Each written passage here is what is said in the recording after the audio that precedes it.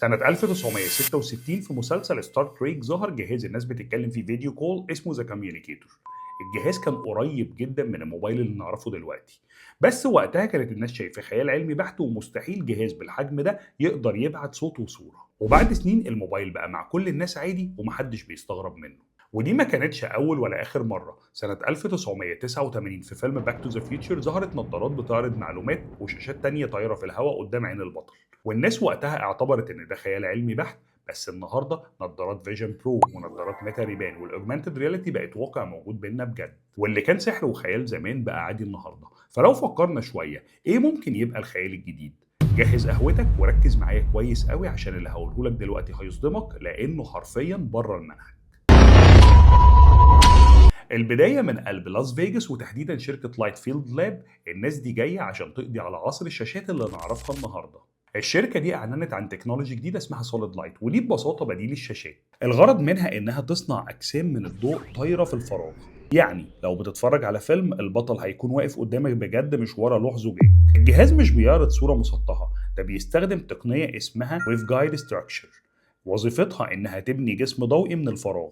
وعشان تفهم دقتها الشاشة ال 4K بتعرض الضوء في بعدين طول وعرض، لكن التكنولوجي دي بتبني الضوء في 3 أبعاد: طول وعرض وعمق. بنتكلم عن أكتر من 10 مليار بكسل في المتر المكعب الواحد. الرقم ده بيخلي الضوء ليه كتلة، يعني البكسلات مش مجرد نقط ضوء على شاشة، دي بقت ذرات ضوء مرصوصة فوق بعضها لدرجة إنها بقت بتبني جسم صلب بصريا. والنتيجة إنك لو قمت من مكانك ومشيت حوالين الصورة هتشوف ظهر البطل وجوانبه كأن في بني آدم حي واقف قدامك، مش مجرد خيال أو هولوجرام.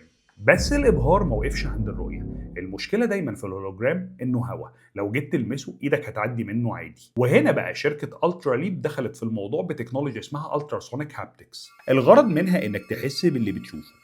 الجهاز فيه مصفوفة من مكبرات صوت مايكرو بتطلع موجات فوق صوتية غير مسموعة. الموجات دي بتتقابل بالظبط عند النقطة اللي صباعك بيلمس فيها مجسم الضوء. لما الموجات دي بتتصدم بجلدك بتعمل ضغط هوائي خفيف. الضغط ده بيخلي مخك يترجم الإشارة على إنها ملمس حقيقي.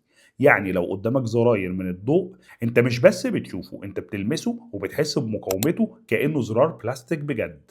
احنا هنا لغينا الفجوة اللي بين الخيال وبين الحس المادي. ونروح لليابان ومختبرات سوني ريسيرش اللي اعلنت رسميا عن الجيل الجديد من الاي سكان. الاختراع ده عبقري وانساني لابعد حد. تخيل مريض شلل رعاش يقدر يتحكم في كرسي ذكي او يبعت رسائل بمجرد انه يفكر في الحركه بس.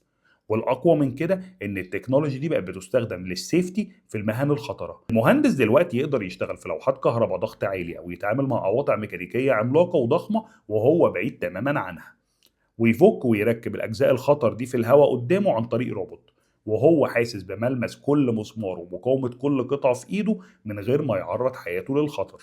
طب الكلام ده بيحصل إزاي؟ بيحصل عن طريق غشاء رقيق جدا بيتلزق على الجلد وظيفته إنه يلقط إشارات اسمها EMG. الإشارات دي عبارة عن النبضات الكهربية اللي بيبعتها مخك لأعصابك عشان تحرك عضلاتك. يعني الإي سكان بيلقط نية الحركة من عصبك مباشرة ويحولها لأمر رقمي. وعشان التواصل يكون كامل الغشاء ده بيدي لإيدك هابتك فيدباك، يعني رد فعل لمسي. يعني الجراح اللي بيعمل عملية عن بعد أو المهندس اللي بيصلح محطة ضغط عالي، الجلد الذكي بينقل لإيده ملمس الأنسجة أو تقل المعدات اللي الروبوت بيلمسها في الحقيقة، فبيحس بضغط حقيقي كأنه واقف في قلب الحدث. وعشان التكنولوجي دي تكون جزء من جسمك فعلا فهي بتشحن ذاتيا من حرارة جسمك. يعني طول ما قلبك بيدق وحرارتك 37 الجهاز شغال وما بيفصلش أبدا. ومن جسم الإنسان نروح للبيئة اللي بيعيش فيها وتحديدا تكنولوجيا اسمها الامبيانت كومبيوتنج. تخيل بيت بيفكر فيك واحيانا بيحميك كمان من غير ما تطلب. يعني مثلا شخص مسن عايش لوحده وفجأة وقع او تعب، البيت بيلتقط ده فورا وبيطلب الاسعاف من غير ما الشخص ده يحتاج يتحرك. او مهندس مشغول في تصليح حاجة والرسومات الهندسية والبيانات بتظهر قدامه فورا على اقرب حيطة بمجرد ما يحتاج يشوفها من غير ما يضطر يسيب اللي في ايده. النظام ده بيحول البيت كله لسنسور كبير عن طريق رادارات سولي المخفية في الحيطان. الرادارات دي مش كاميرات بتصورك، دي موجات بترسم خريطة لحركتك وبتحلل حالتك الصحية والفيزيائية بدقة 100%. وعشان النظام يكمل بيستخدم تقنية اسمها البيم فورمينج، ودي بتخلي الصوت يمشي وراك انت بس في مكان زحمة من غير سماعات. وكل البيانات دي بتظهر قدامك عن طريق بروجيكتور ليزر بيحول اي سطح لشاشه تفاعليه في الثانيه اللي انت محتاجها فيها. وبمجرد ما تخلص كل شيء بيرجع لطبيعته والتكنولوجي دي بتختفي تماما. الخلاصه اننا بنعيد تعريف الماده. الضوء ما بقاش بس للرؤيه، الضوء بقى جسم بنلمسه. وجسمك ما بقاش مجرد جسم، ده بقى واجهه تحكم ومصدر طاقه. والسؤال هنا، هل انت مستعد ان خصوصيتك تبقى مكشوفة كده مقابل الامان والرفاهية؟ لو الموضوع عجبك ما تنساش تعمل لايك وسبسكرايب، وقول لي في الكومنتات لو الموبايل اختفى وبقى مجرد ضوء في الهواء، حياتنا هتبقى اسهل ولا اصعب؟ سلام.